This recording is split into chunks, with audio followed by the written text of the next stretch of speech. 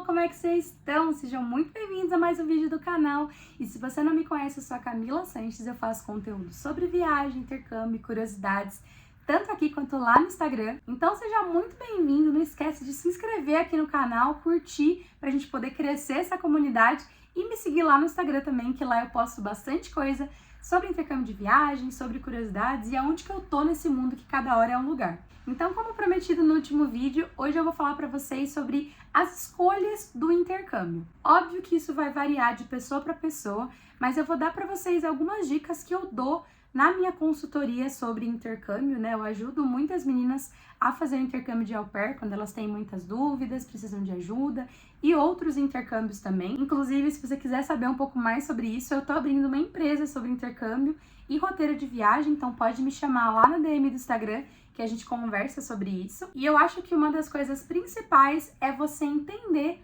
o que você está buscando. Então, por exemplo, eu vou falar em cima das minhas expectativas e da minha experiência nos Estados Unidos. Eu sabia que o valor do salário era muito baixo, então você precisa meio que escolher o que você vai fazer. Você tá indo para lá para guardar dinheiro? Você tá indo para lá para poder conhecer lugares? Você tá indo para lá para mandar dinheiro para o Brasil ou para fazer compras lá? Você precisa ter isso muito bem feito na sua cabeça. Por que que eu tô indo fazer esse intercâmbio? Eu tô indo para desenvolver meu inglês, eu tô indo para ter uma experiência intercultural, por aí vai. Eu, Camila, fui para os Estados Unidos para desenvolver o meu inglês e para viajar o máximo que eu conseguisse. Então, guardar dinheiro não era o meu foco naquele momento. E eu também queria comprar algumas coisas, alguns equipamentos para eu trabalhar, algumas coisas que eu sempre sonhei em ter e por aí vai. A segunda coisa é você ter muito certo na sua cabeça o que você não quer. Então, por exemplo, eu falei para vocês no último vídeo que vai variar muito, né, os benefícios que você vai ter numa host family. Vai ter os básicos, né, que eu já falei no outro vídeo, que é a hospedagem, a comida, o salário, mas cada família vai ter um benefício que vai ser adicional ou não equiparado à outra. Por exemplo, tem família que vai disponibilizar carro para você. O carro já é um assunto muito abrangente, porque vai ter família que vai disponibilizar o carro para você só enquanto você estiver com a criança e não vai disponibilizar no seu tempo livre. Vai ter família que vai disponibilizar o carro para você de forma compartilhada. Então você usa o carro e eles usam o carro também. E vai ter a outra forma que a família vai te dar um carro para que você use ele tanto no seu horário de trabalho quanto no seu horário off. Então, falando sobre a minha experiência, a primeira host family que eu tive, ela iria comprar um carro para mim, mas esse carro nunca apareceu. E a segunda host family, ela me deu um carro para que eu ficasse com ele. E quando eu fui trocar de host family, que é um vídeo também que eu vou fazer sobre isso, eu sabia que para minha segunda host family eu queria um carro só para mim. Isso pode parecer mesquinho ou pode parecer bobagem para você que ainda não foi fazer o intercâmbio, mas normalmente você vai morar em lugares que você precisa de carro. A não ser, obviamente, que você more ali em Washington DC, ou que você more, por exemplo, em Nova York, que o transporte público é muito bom. Caso contrário, você vai precisar de um carro. E o carro compartilhado nem sempre dá certo. Então, você, claro, vai fazer a sua escolha, mas eu, Camila, não abri a mão de ter um carro só para mim no meu tempo off e no meu tempo ali com a criança. A segunda coisa, falando sobre o carro, e também já falando um pouco ali sobre você, existe um negócio chamado curfew. O curfew, ele vai ser um horário limitado, seja para você ou seja para o carro. Curfew era uma coisa que eu não admitia também. Tem muita menina que aceita, mas eu não admitia. Por quê? O curfew, ele vai limitar o horário que você tem que chegar em casa ou o horário que o carro tem que chegar em casa. Quando eu fui para esse intercâmbio, eu tinha 26 anos e eu já era uma adulta. Então, eu não queria ser tratada como criança em outro país. E para mim, Camila, o curfew é mostrar que eles não confiam em você e você tá sendo ali uma terceira filha, né? Uma criança dentro da host family, e isso era uma coisa que eu não queria. Terceira coisa, para mim, cuidar de 2 crianças era o máximo que eu conseguia. Eu recusei várias famílias, tanto no meu primeiro match quanto no meu rematch, famílias com 3 ou 4 crianças, né? E 2 crianças era a minha limitação para cuidar, mas obviamente cada pessoa tem a sua. Outra coisa muito importante é referente à folga. Dentro do intercâmbio de au pair, a família ela é obrigada a te dar 1 dia e meio mas a maioria das famílias dão 2 dias. Só que tem muita família, como por exemplo família de médicos, enfermeiros, por aí vai, que querem dar para au pair a semana, né, ali uma segunda e terça, e enfim, e quer dar um final de semana para au pair. Isso também vai de pessoa para pessoa, mas eu nunca abri mão de um final de semana. Como meu foco era viajar, eu sempre falei que eu queria o final de semana, era uma das minhas condições. Mas você vai ver o que é melhor para você. Isso não é bem um benefício, mas uma coisa que eu sempre busquei nas host families era ter autonomia sobre as crianças. Então, se eu falasse sim, o pai também falava sim, se eu falava não, o pai também falava não. Porque cuidar de criança, quando os pais não concordam com a sua criação ou com a forma que você cuida ali, é bem difícil.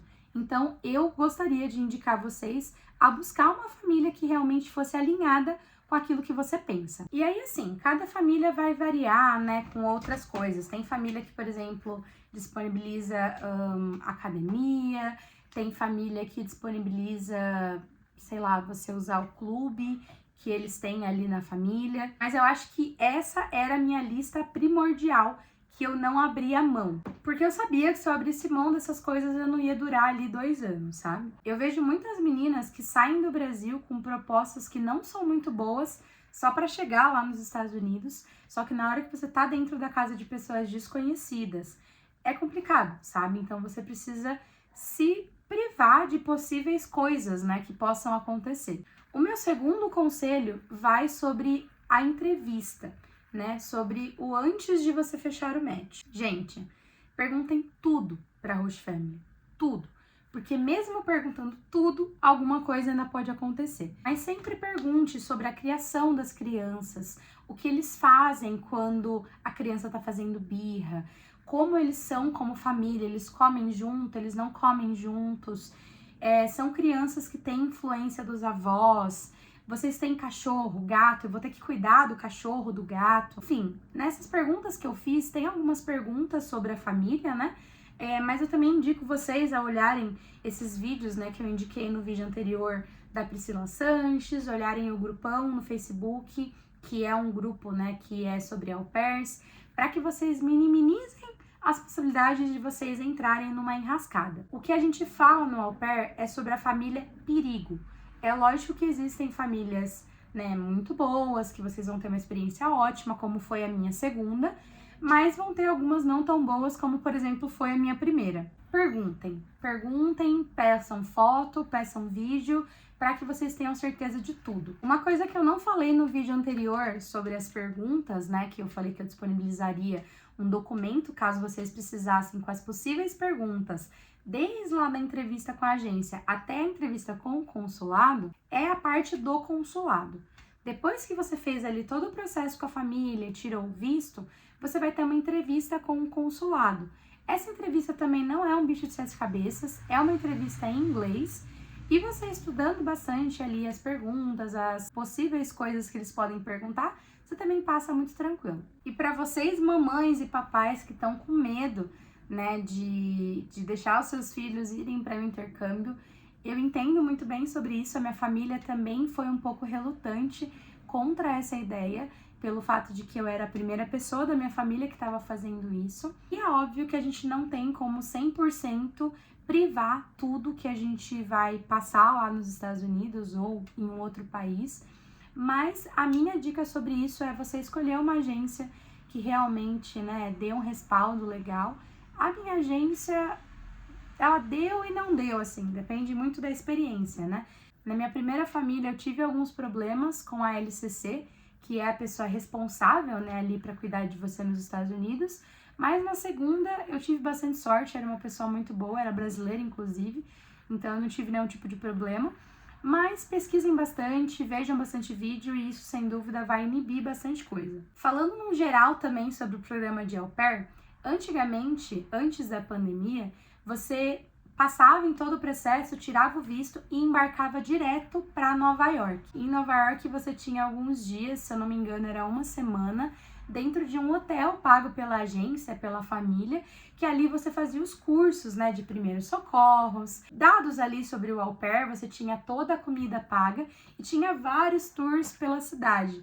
Eu não sei se isso já voltou, mas infelizmente na minha época a gente não pôde ter devido à pandemia. Então eu fiz tudo online. Depois que você fica ali então disponível para poder ir para os Estados Unidos, você é obrigado a fazer um curso de primeiros socorros para que você faça no bebê ou na criança, caso necessário, porque você vai estar cuidando ali de uma vida, né? Você não tá indo lá para conhecer só a Disney. E você faz um curso também ali sobre coisas dentro do intercâmbio que você precisa saber. Infelizmente, eu não consegui, né, saída para Nova York. Eu via muito vídeo de menina ganhando bolsa da agência, ganhando copo. E eu adorava, pensava muito nisso, mas infelizmente na minha época a gente não teve isso. Espero que agora vocês que estão assistindo, esse processo tenha voltado. Gente, esse vídeo foi curtinho, basicamente era o que eu queria falar pra vocês aqui de dica. O próximo vídeo eu vou falar pra vocês como que foi o meu processo em si a partir do meu visto, né? Como que eu tirei o meu visto para os Estados Unidos, como foi a minha chegada até lá e como que foi as experiências com as host families, tanto com a primeira quanto com a segunda. Então, vai ficar aí para os próximos vídeos para não ficar muito longo, mas eu espero vocês lá. Eu espero que vocês tenham gostado desse vídeo. Não esquece de me seguir lá no Instagram, que lá eu posto bastante sobre a minha vida também, e se inscrever aqui no canal para ajudar essa comunidade a subir, tá bom? Um beijo e até o próximo vídeo.